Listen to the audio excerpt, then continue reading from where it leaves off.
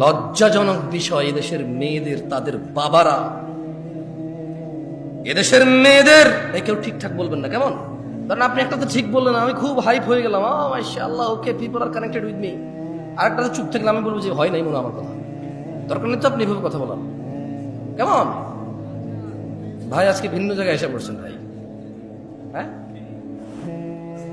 এই দেশের বাপেরা তাদের কন্যাদের গায়রতের আত্মমর্যাদা শিক্ষা দেয়নি, এজন্য তাদের স্বামীরা ঘুষখোর হলে, সুদখোর হলে, দুর্নীতিবাজ হলেও তাদের স্ত্রীরা বড় বড় গহেনা পরে, 2 লক্ষ টাকায় গরু কিনে। ভাবি জানেন এটা আপনার ভাইয়া নিয়ে আসছিল, মালদ্বীপ গিয়েছিল যে তখন, বড় করে বড়। অথচ ভাবি জানে এর বেতন 25,000, বউ নিজে জানে স্বামীর বেতন 25,000, ছেলে জানে বাপের বেতন সরকারি স্কেলে 25, কেমন?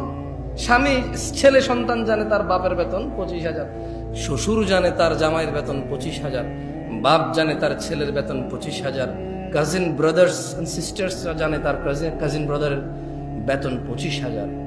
বিমানে চড়ে, ফটো তোলে, ছাড়ে, মসজিদে 2 লক্ষ টাকা দান করে, সভাপতি বলে মারহাবা। ও বেটা আনছে কই থেকে? ওর বাপের কি জমিদারি আমি ওরে চিনি না, আমি ওরে চিনি না। ওর বাপ কত কষ্ট করে ওকে মানুষ করেছে, কত কষ্ট করে পড়ালেখা করাইছে ওকে, নিজেরা ঠিকভাবে খায় নাই, পড়ে নাই, বিলাসিতা করে নাই। 4টা ছেলের মধ্যে 3টা ছেলে, 2টা বিদেশ চলে গেছে, একটা শহরে কাজ করতে, 1 টাকায় পড়াশোনা করাইছে, কত কষ্ট করে ওকে পড়াশোনা করাইছে। এরপরে যে ও শিক্ষিত হয়েছে, বাপে গর্ব করে বলে ছেলে মাস্টার ডিগ্রি পাস করেছে, অনার্স মাস্টার্স কমপ্লিট করেছে, কত গর্ব করে বাপের মনটা শান্তি হয়ে ছেলে পড়াশোনা করছে। ওই ছেলের বেতন 25,000, এই ছেলে মসজিদে এসে 2 লাখ টাকা দেয়, ওর বাপের জমি বিক্রি করে দিয়েছে না? হ্যাঁ, মসজিদে ফ্যান এসি জরুরি হয়ে গেছে, ঘুষখোর সুদ করে টাকায় করতে হবে।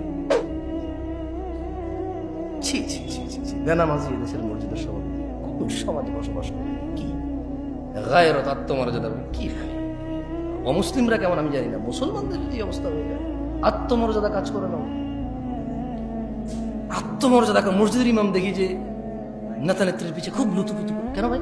ইমাম মানে নেতা, ও কিসের নেতা? নেতা না আপনি, ওর নেতা ওর ভোটের মাঠে, ওর নেতা। এখন মসজিদ এটা আমি নেতা, আমি ইমাম। এখন জুমার খুতবা হবে, এখন ইমাম আমি, নেতা আমি, কোনো সভাপতির কথা আমার উপরে যেতে পারবে না, আমি পরামর্শ দেব। আর যদি আমার উপরে নেতৃত্ব দেওয়ার কেউ থাকে, ও খুতবা দিবে, কারণ বেশি যোগ্য মানুষ খুতবা দিলে মানুষের বেশি কাজে আসবে, ঠিক কিনা?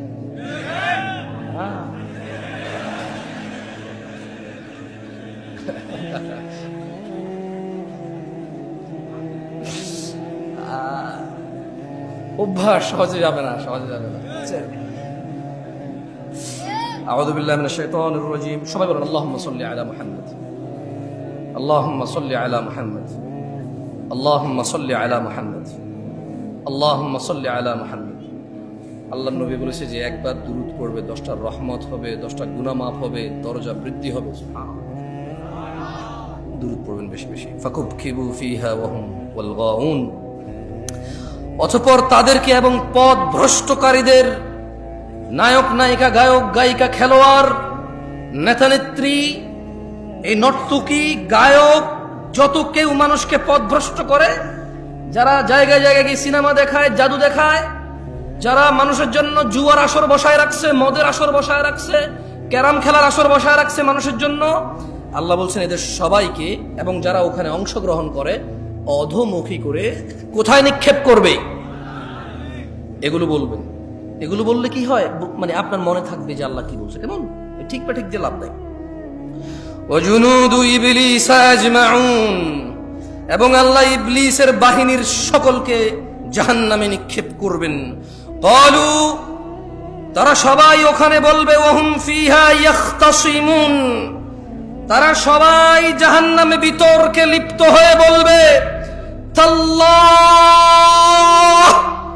আল্লাহর কসম, ইন কুন্না লাফি দালালিম মুবিন, আমরা তো স্পষ্ট পথ ভ্রষ্টতায় নিমজ্জিত ছিলাম। উপস্থিত জনতা, উপস্থিত ভাই, উপস্থিত চাচারা, মুরব্বী যারা বয়স্ক আছেন, সবাইকে একটা কথা বলতে চাই। আমি কিছু প্রশ্ন করব, আপনারা আমার কথা শোনেন তো, ঠিক না? পুরো গ্রামের সবাই জায়গায় লাভ কি ভাই? সাউন্ড কম কি? এখানে শুনলে তো হয়। রাতের বাজে 11:30, মানুষ ঘুমাবে না, কালকে বাচ্চা কাচ্চার স্কুল মাদ্রাসা নাই। সাউন্ড তুমি প্রয়োজনে বাহিরটা আরো কমাই দাও, বাহিরের দরকার নেই সাউন্ড, এখানে সাউন্ড হলে চলবে, খালাস। বলেন তো, আমি কিছু প্রশ্ন করব, যারা যারা জানেন সঠিক উত্তর দেবেন, ঠিক আছে? জুয়া খেলা কি? মদ খাওয়া, নামাজ ত্যাগ করা, গালিগালাজ করা, মারামারি করা, সুদ খাওয়া, ঘুষ খাওয়া। আমাকে আনছেন কেন? সব তো আপনারা জানেন। আরে হাসেন কেন? সবকিছু কৌতুক না? সবকিছু কৌতুক। দুনিয়াটা খেল তামাশা হয়ে গেছে, ব্যাস খালাস। খেলো, হাসো, তামাশা করো, ব্যাস। আমি বলছি যে হারাম কোনটা আপনি জানেন না যেটা হারাম? এই যে এটাই আল্লাহ কোরআনুল কারীমে বলতেছে। তুমি তো এটা ধরো নাই না? ঠিক আছে, ধরবা না, এটা সাউন্ড ধরবা না। এটাই আল্লাহ বলতেছে যে তাল্লাহ, আল্লাহর শপথ, ইন কুন্না লাফি দালালিম মুবিন। এই পথভ্রষ্ট মানুষগুলো দুনিয়াতে জানে কোনটা ন্যায় কোনটা অন্যায়। এরা সবাই বলবে আল্লাহর কসম, আল্লাহর কসম, আমি তো দুনিয়াতে পথভ্রষ্টতা নিমজ্জিত ছিলাম। ইয নুসাউইকুম বিরাব্বিল আলামিন, যখন আমরা তোমাদেরকে সৃষ্টিকুলের রবের সমকক্ষ গণ্য করতাম। এখানে মুশরিকদের কথা বলতেছে। কাকে বলতেছে? মুশরিকদেরকে বলতেছে। আচ্ছা বলেন তো, একটা কনসার্ট যদি হয় আজকে রাতে এখানে, এটা কি হয়? এই গ্রামের যুবক যুবতীদের যদি, মেয়েদের যদি আলাদা ব্যবস্থা করা হয়, আচ্ছা এখানকার উদাহরণ দিয়ে লাভ কি? এখানে এরকম হবে না। ঢাকা শহরে যে কনসার্ট গুলো হয়, মেয়ে ছেলে তো আলাদা ব্যবস্থা নেই, আছে? সবাই দাঁড়ায় থাকবে আর মোবাইলে লাইট জ্বালায় থাকবে নতুন করে। খেয়াল করতে না, মাঝে মধ্যে তো ইন্টারনেট আসা আপনারা দেখেন না? হ্যাঁ, একজনে টন টন টন টন করে গান গায়, সবাই মোবাইলের মধ্যে লড়ায়, ওই যে ই দিয়ে বাতি লাগায়, ঠিক না? ঠিক কিনা?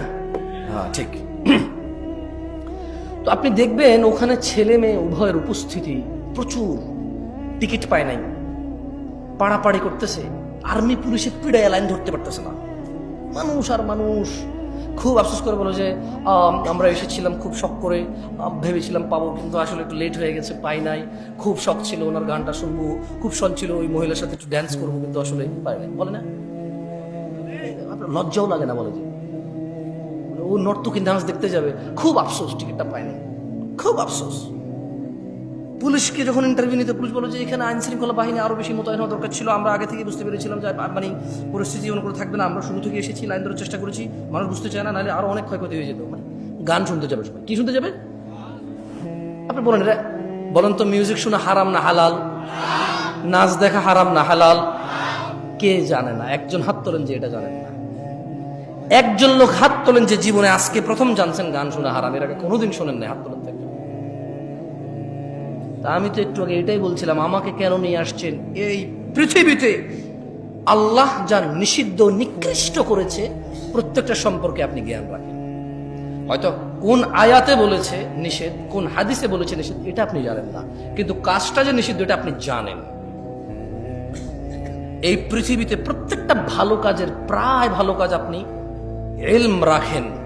হয়তো কোন আয়াতে বলেছে, কোন হাদিসে বলেছে, সেটা আপনি কি ইলম রাখেন না, কিন্তু এটা আপনি জানেন কোন কাজটা ভালো।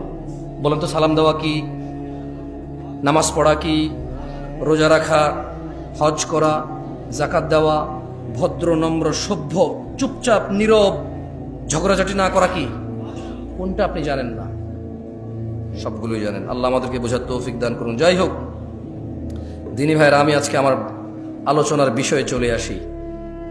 কাদের কাদের দাঁড়িয়ে উঠছে, এই কেউ কি মোবাইল আসো, এই সামনের এইগুলা ছাড়া বাকি তোমাদের যাদের হাতে মোবাইল, মোবাইলগুলো একটু বন্ধ করো, কেমন?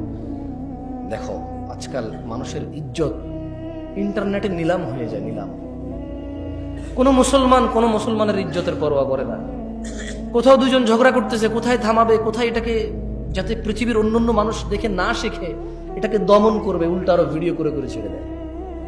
আর এই পুরো বাংলাদেশের সব মানুষকে বুঝাই দেয় যে এইভাবে ঝগড়া করা যায়, এরকম হয়, করা যায়, বল থাকলে, শক্তি থাকলে, মেজাজ থাকলে করা যায়। এগুলো ঠিক না। ভালো কাজ প্রচার করা উচিত, খারাপ কাজ দমন আর এটাকে কি বলে, এটাকে মানে এটাকে টেক ডাউন করা উচিত, প্রচার করা উচিত না।